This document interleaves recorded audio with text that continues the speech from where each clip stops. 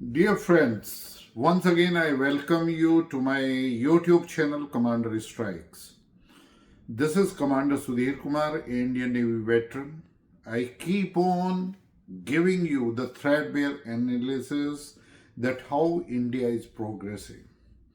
Today, everywhere in the world, the India is considered a bright spot in economy as we are the fastest growing economy and emerging economy, and we are contributing near about 19 to 20% to the global GDP, where many nations are under recession. So the question arises, everyone is discussing on channels and different portals, newspapers around the world, and all economists, analysts, the rating agencies, everyone is evaluating that what contribution India is going to make towards the prosperity of this world where the many parts are under recession. The billion-dollar question arises that where India has gone, what we have achieved, or what under the dynamic leadership of Narendra Modi, the Honorable Prime Minister of India, has achieved since May 2014 till now. It is near about, you may say, just 4 months less than or just 3 months less than 12 years, where we have progressed. What sort of an foundation has been laid, as he has given a clarion call that India will be a developed country by 2047, this period which started from 2022, that is Amrit Kal. So next 25 years from 2022 to 2047, where India is going to reach. So let me reply to you your queries which comes in my mind, which is there in the minds of common people, not only in India, around the world, where the Indians are residing, and even among the rating agencies and the World Bank, the Asian Development Bank, BRICS, other nations, G7, G20 or G21 now, including the African Union, everywhere you find the discussions that this bright spot, how it is going to contribute for the well-being of humanity, not only in India, but across the globe, as we envision our civilizational value as a system, Vasudev Kudambakam, the entire universe is one family, and our Prime Minister very voicefully, he has echoed this one earth, one family, one future, the shared future.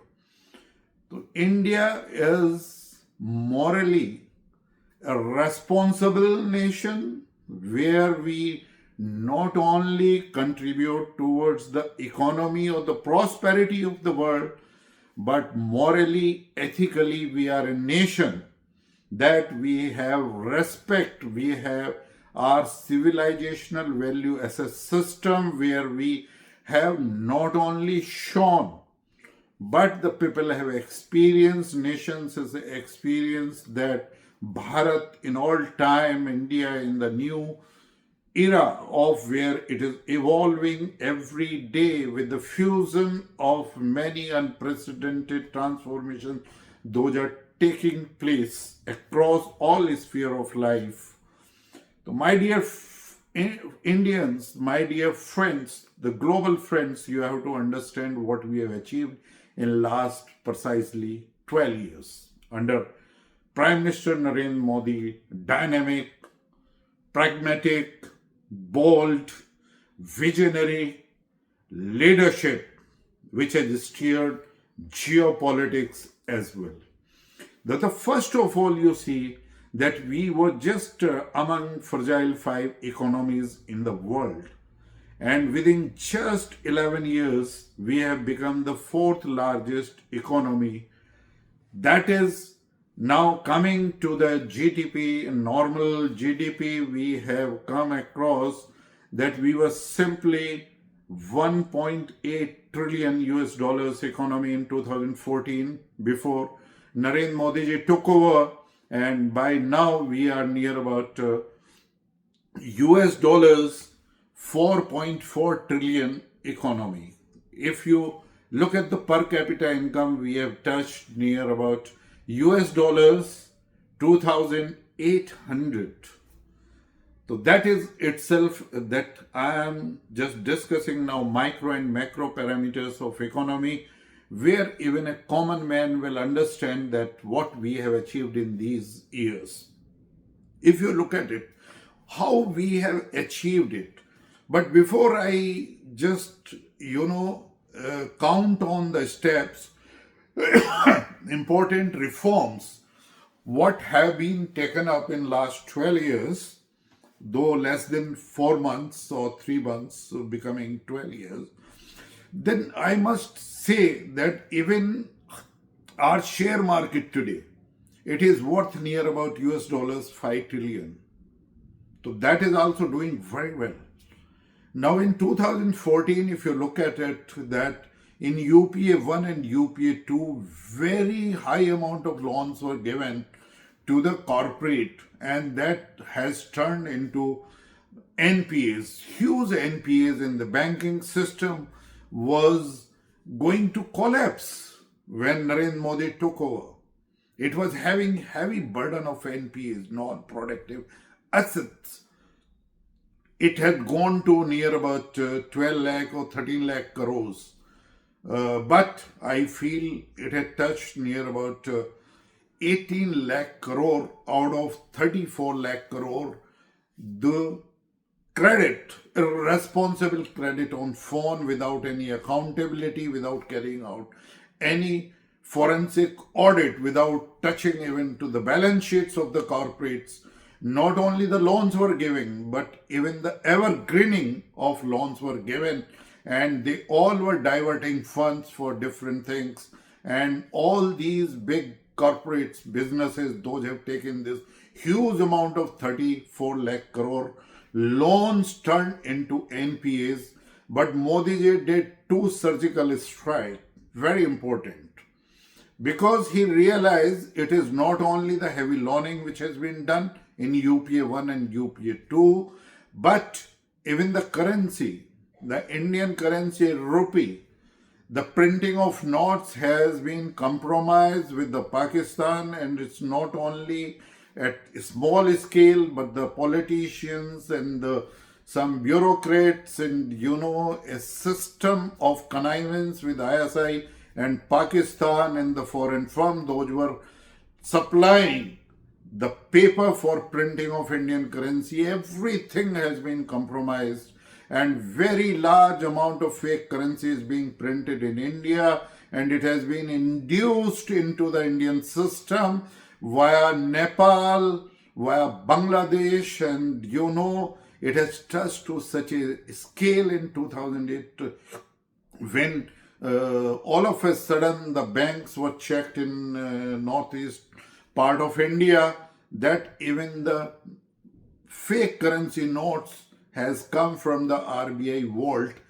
It means if the fake currency has found the pathways into that they were stored in RBI vault, you may imagine that who all were involved, and you are aware of it, that the finance minister who has gotten bailed near about 80 times, his son is also involved in many corruption cases, and that time a super PM was acting.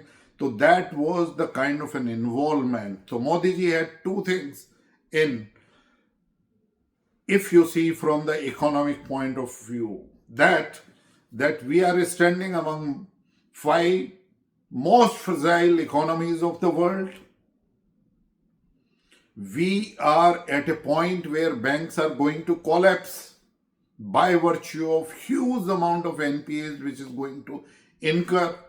And then your currency, the currency, Indian currency, has been compromised over a prolonged period, or I will say the Pakistan was surviving on this fake currency, and the Pakistani top officials, ISI, and Indian politicians and bureaucrats and many others, those were in connivance, they all were creating assets abroad, and it has turned into a black economy which was running parallel to Indian economy. And in my calculation, it was not less than US dollars 1.5 trillion.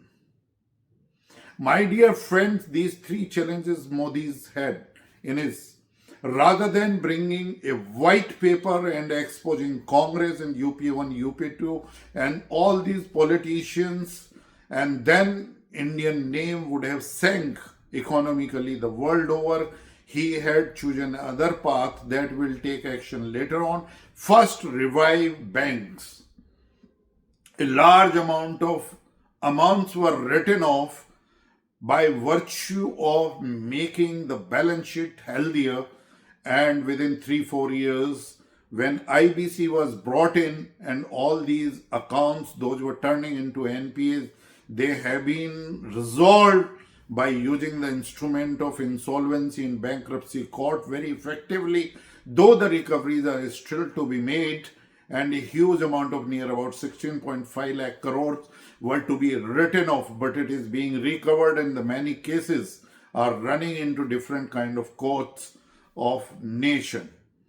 And now everyone, you see that all our PSBs, the private sector banks, has rebounded, and even the private sector bank, those who are on the verge of sinking or having the huge amount of loss, they have also rebound or bounced back into liquidity in credit lending appetite, and now banks are profit making and they are contributing to the economy of India very actively with other private sector or public sector PSUs, the private public sector undertakings, along with PSBs.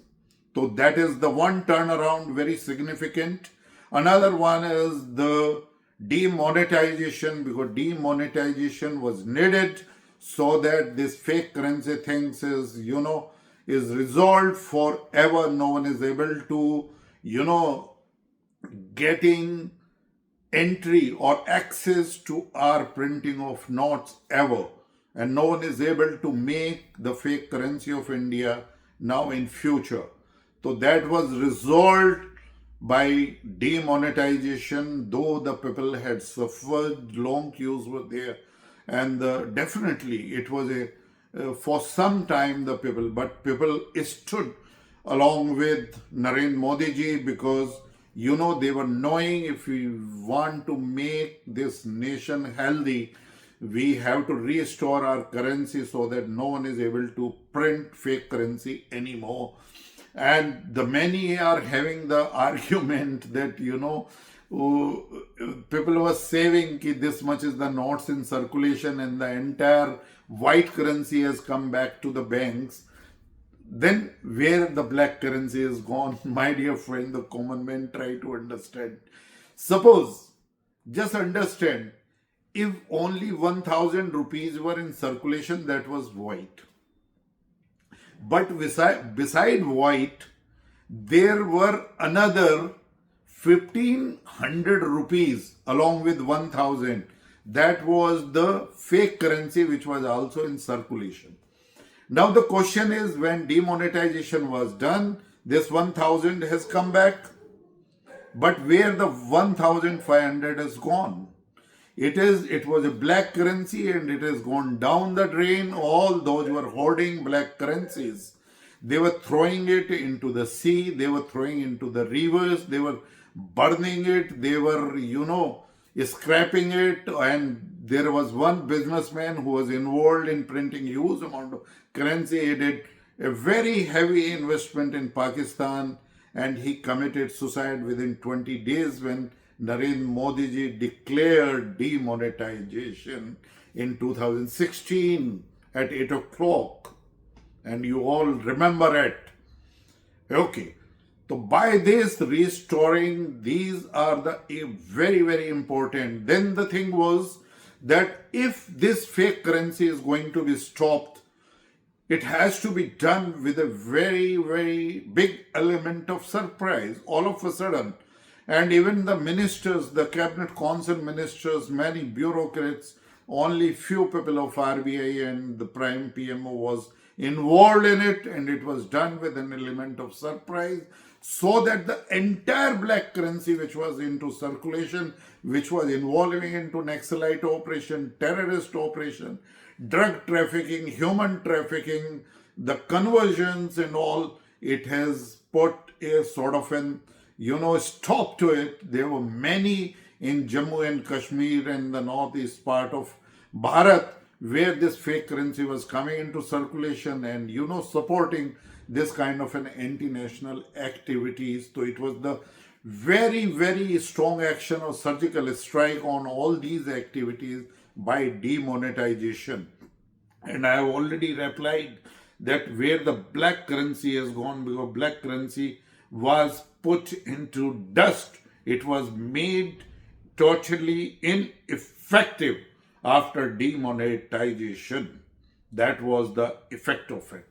Now coming to it, then how we are going to print notes. So that 2000 note was brought in, so that liquidity in ATMs and liquidity in the hands of people, liquidity of banks are restored, and there is no effect into the normal way of life like using cash. But it was very important that it was the time to convert our economy into the digital economy, and immediately the UPI, Unified Payment Interface System, was brought in, which has become so effective that the world over today 50% to 55% transactions are being done in UPI. And my dear Indians, my dear global friends, just imagine the UPI has done a very strong surgical strike on Visa and MasterCards. Their transactions in India has reduced, if not to zero, into the bare minimum and single digit, rather than when they were doing the huge amount of transaction.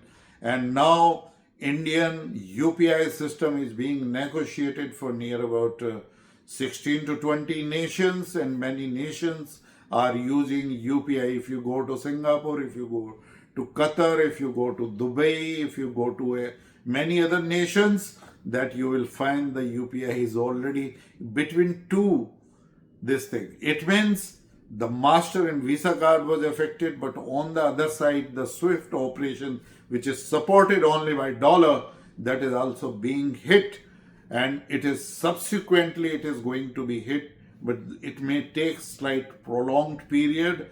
But the UPI will be a very strong financial exchange system between two currencies. It means that so far, if anyone is doing remittance from France to India, then it will be converted from franc to dollar and from dollar to Indian currency. Similarly, if anyone is sending money from Singapore, so from Singapore it will be, now it is UPI between Singapore, but earlier it was into dollar and then dollar. It means the US was making a cut since this SWIFT system in 1973 had come in favor of USA. So it was a huge advantage that has been encountered, and now further BRICS has come into force, and the moment the BRIC nations are going to have UPI or their own currency, that the further, I'll not say it will have an effect towards contributing de-dollarization, but certainly the value of dollar will reduce. So it is an impact on dollar on SWIFT system which UPI has done. And today you will find the dollar is, though it is appreciating against rupee, but if you see the way all the nations and their reserve banks are buying gold and silver and investing into copper and other elements, that you will find that we are going towards that the gold has become a currency. Gold has always been a currency. So why the US is doing? Because the US has got a fear that definitely they can't do any more printing of excess dollars. People are not interested to buy the treasury bonds of US, though the US is forcing the tariff and to their NATO countries and to other nations. But you will find that you know what the resistance is there and how the recession is staying in European countries. So that is the another thing. But anyway, I am just coming back to in India what happened. So when this demonetization was done, then UPI was very much needed, and the UPI has been brought in. And nowadays you will find that across the board, not only in towns but in villages, the small vendor which is selling its vegetable in village, that payment is also done by using UPI.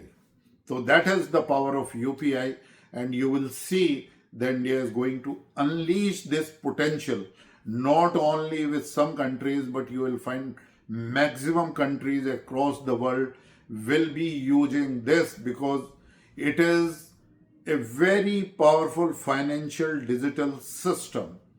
So that India achieved in these 12 years, and then UPI was achieved because JAM came into existence, because Modi realized that near about 50 to 55% population is without having any access to the banks. Then Jan Dhan account was opened, because JAM is known, Jan Dhan account, then Aadhaar identification, and then Aadhaar is using mobility. So that by using this combination of JAM, that is opening Jan Dhan account for near about 550 million Indians, those who were not having access to bank and they were poor or extremely poor categories. And then all the social schemes, those who were having leakages, they were stopped. And DBT is the most I will say unprecedented reform or transformational reform which had changed, like UPI and then JAM and then DBT. DBT is the single most, the contributor which has propelled India from the fragile five to this. So it's a very, very important contributor towards making where India stand on a very solid foundation, what was to be achieved to enter into Amrit Kal, so that this strong foundation is going to provide that where India can run a marathon towards becoming a fully developed nation by 2047. So my dear friend, coming back to it, JAM, Jan Dhan accounts, Aadhaar linkage, and then having mobility, and then DBT. And DBT, which was done, it has cut leakages, and the government has saved near about 3,60,000 crores. Like if I put it into the billions, it is near about 45 to 50 billion US dollars. The savings Indian government has done by virtue of DBT, and it's very effective, because within just fraction of second, just putting a button on a computer, it goes to the individual accounts. The many fake ration cards have been stopped. The voting IT cards in SIR is going to be stopped.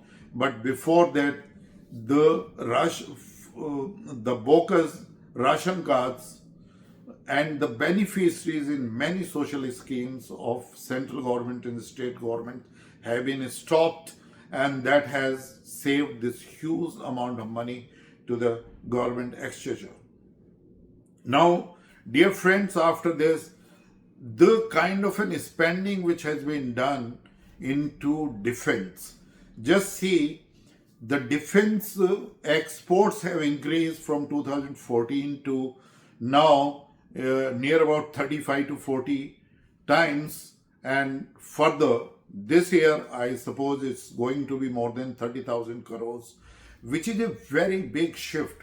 So India today is not only self-reliant in producing its own weapon, the variety of weapon systems, whether used for Army, Navy, and Air Force for the space program, and for the missile systems, for the strategic forces commands, making nuclear submarines, everywhere this Make in India is making a huge impact, and this self-reliance in defense manufacturing has reached to a level where these policies are making a huge difference, where this strong foundation has already been established under the dynamic leadership of Narendra Modi ji. The world over, what happens that if you see, all these effects have made India that we were into a poor category. Now if you look at it, the World Bank or Asia Development Bank or the rating agencies and other financial institutions, the global financial institutions, analysts, economists, and the finance gurus across all the Ivy League business in the finance schools is being discussed that it's very difficult for India to march towards this. How India is going to do this? If you look at it, that our economy has already touched, our share market is, $5 trillion. The inflation is under control. I'll say it is minimum. You will see that today the cash account deficit is minimum. Our debt to GDP ratio is very manageable, under tight control. We are very comfortable in serving our external debt, and we are able to spend very huge amount. Say we pledged in 2022 near about 1.2 trillion US dollars into the capital spending to create world-class sustainable and resilient infrastructure. We are doing. You see that what progress we have made with Vande Bharat and all kind of train systems and railways, the kind of roads which we have made. I will leave it to you all because this information is available and I have discussed many times, but you will find that this kind of an infrastructure which has been, now how many cities have become metro, the airport's number has gone double. The same way the flyers number has also increased.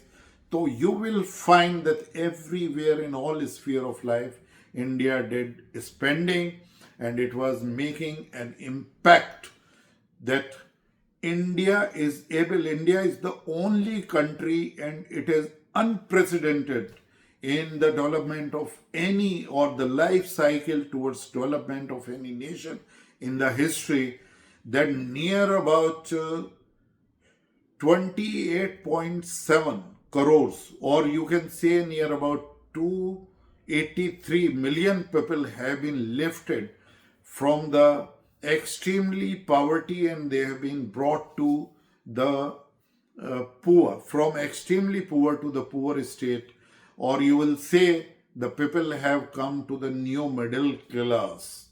So that is a huge, remarkable progress India has made. And if you look at it, unemployment is minimum. Today is near about 3.6 or 3.8%. But if you look at the most remarkable achievement is that the unemployment among women is only 2%. So just see, that is the kind of an empowerment, the women empowerment has been done. Today, India is the country which has got a median age, which is near about 28.7 or 28 years, and next 2 to 3 years, demographic dividend is going to be with us. So it is a most important parameters that a stable government which has been provided by Indian, and the confidence which has been created by Narendra Modi ji in the capacity of individuals, in the capacity of nation, as nation has got inherent characteristics that we are a civilizational value asset nation. We are a live nation where the diversity is our asset. And when the combinedly all these forces are getting aligned and the confidence, then we are ready to unleash that potential. So that work has been done in last 12 years.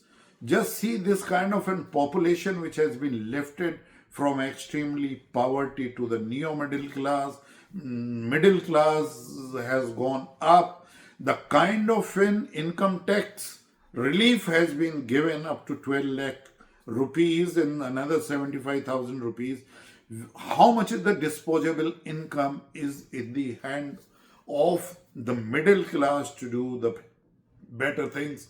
And secondly, when the money through Manrega, money through different schemes without leakages through DBT is going to the people, to the poor people, and around 85 crore, 850 million people, the poor people whose the poverty has been lifted to neo middle, they are still getting the ration.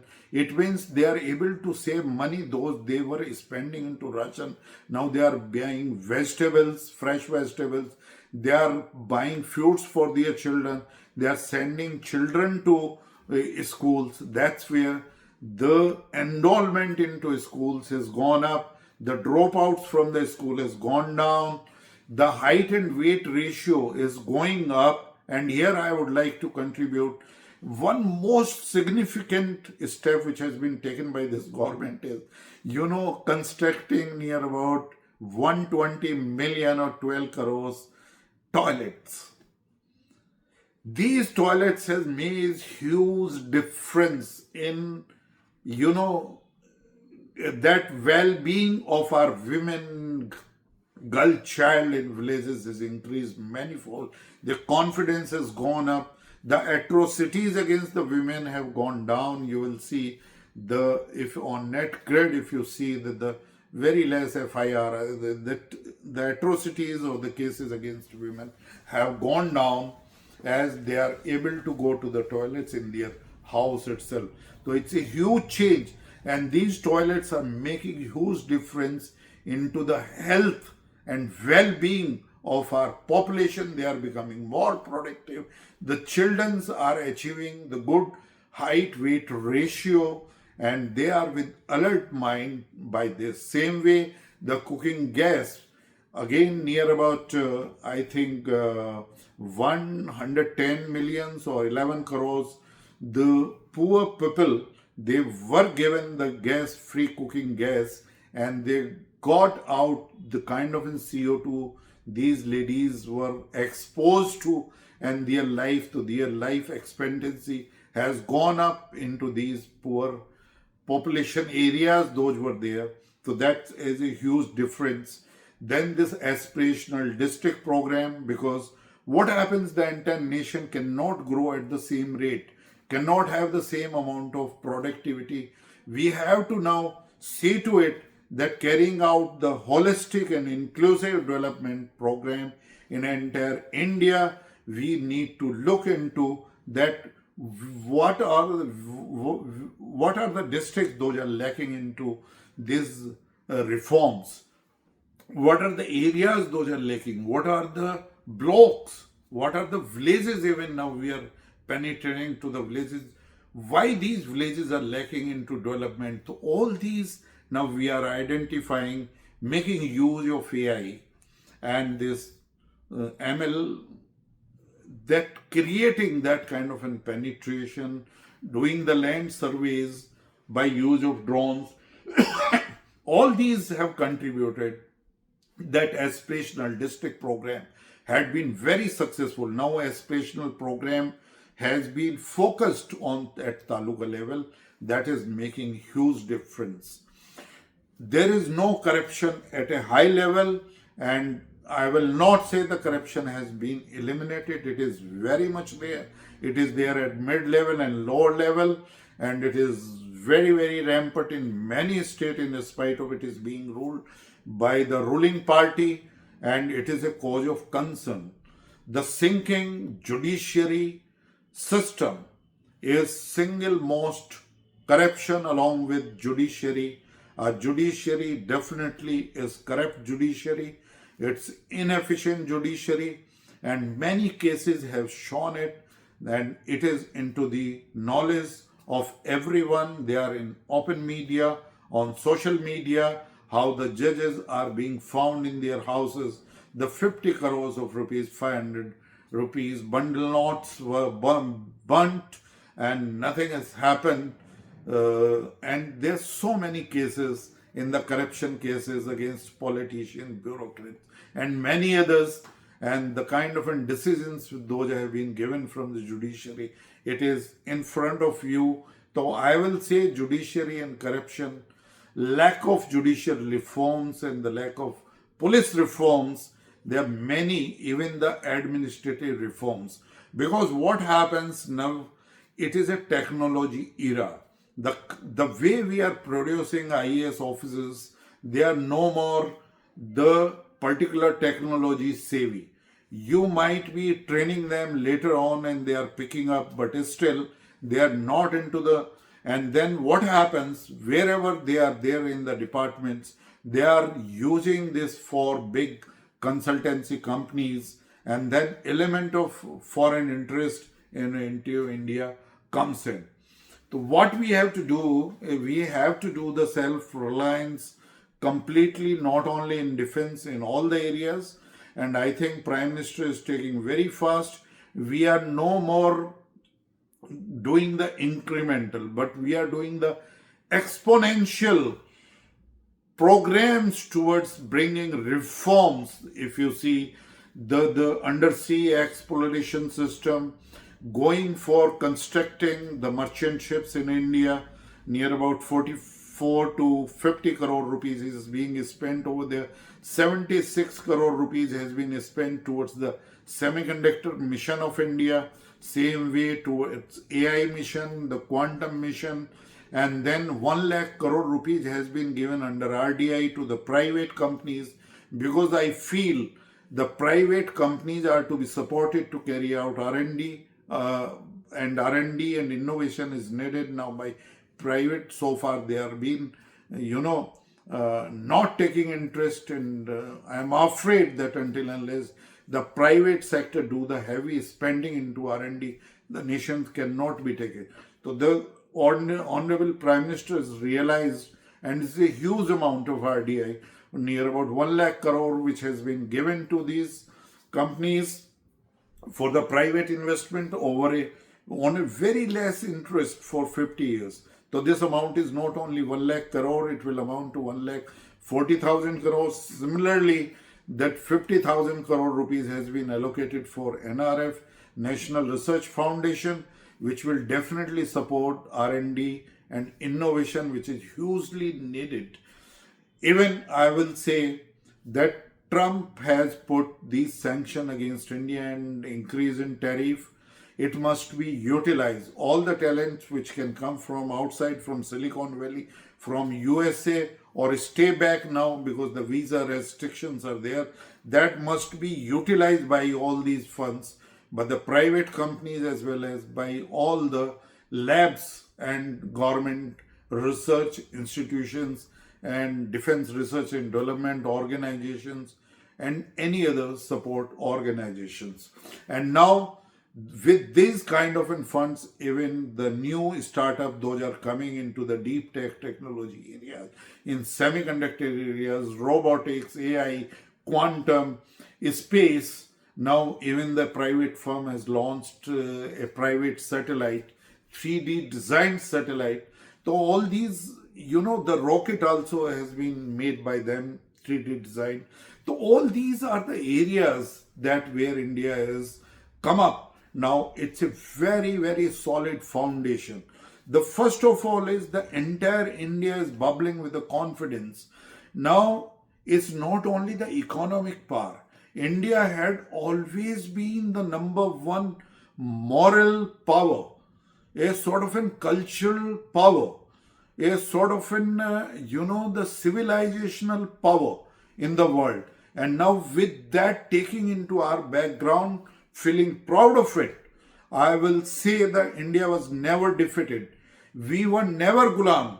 The people had come, they have ruled for some times, but again we have fought back, and we never got into that mentality that we are those we were dejected for some time. The same way we fought against British also, and they looted the nation, the invaders as well as the Britishers, but we have bounced back. And now it is our time. The kind of confidence which was needed for the nation to unleash potential of each youth. Now youth plank is that where the vision of our Honorable Prime Minister is there. The youth along with the capabilities of all our resources is there. Now India needs to run a marathon. And now it has been realized. And what is that marathon? How we are going to go towards it? That I have given an example that China achieved near about 26 times the increase in their GDP between 1995 to 2020. Japan did it from 1970 to 1995. South Korea did it. Okay, so these are the examples in front of us, and definitely I feel the India very comfortably. Now the kind of this bounce effect or ripple effect or compounding effect which is going to be now there in our economy as we are taking care of everything. Now it must go towards at least US dollars 38 trillion by 2047, and per capita income somewhere touching near about 20 US dollars 25,000. It's a very Herculean task. I am looking for near about 10 to 11 times that our economy is going to increase, but definitely it will increase, though we are not going to follow any pattern which South Korea has followed or Japan has followed or this thing, because now we are a huge market and we are the number one market. And as I said, we are the moral nation. We believe in ethical practices. Our geopolitics is based on ethical practices. Now the entire nations with that 12 years of experience under the dynamic leadership of Narendra Modi, they believe on our leadership. Today our leader has got near about 30 the highest national awards from 30 countries, 30 nations. So the people are having confidence not only on our leader, but the capabilities of 140 billion, 1.4 billion or 140 crores Indians, that their capabilities. We are very good. We are very intelligent. Wherever we go, we have added to the prosperity of very nation, and we don't indulge into the petty politics, crimes or anything against that nation. USA is one significant example. Today US is number one power where the Indians have contributed significantly, not only making that country rich economically, but adding values to the social system has been huge impact of Indians, and so in many nations. So then nations are standing with us. Nations are going to adopt UPI. The way before 2014, BRICS was not a very significant force, but after Modi ji has given impetus to BRICS, it has become a significant force, and you will find the many nations are joining BRICS. Already many have joined, and you will find that India is running now that marathon, and with preparation of that marathon, that how best you can run this, how best you can clock the best timings, how best you are equipped with a good health and having all the resources with you so that you are capable that marathon comfortably. That confidence is there in nation. So nation has resolve now. Individuals have resolved. They are finding the responsibility towards nation. So far only the Indian Defence Forces were having that resolve not only defending the borders of our country, but they always had a nation first. Now, nation first is becoming imperative for each Indian, and it is a time of pride for us that we take it forward.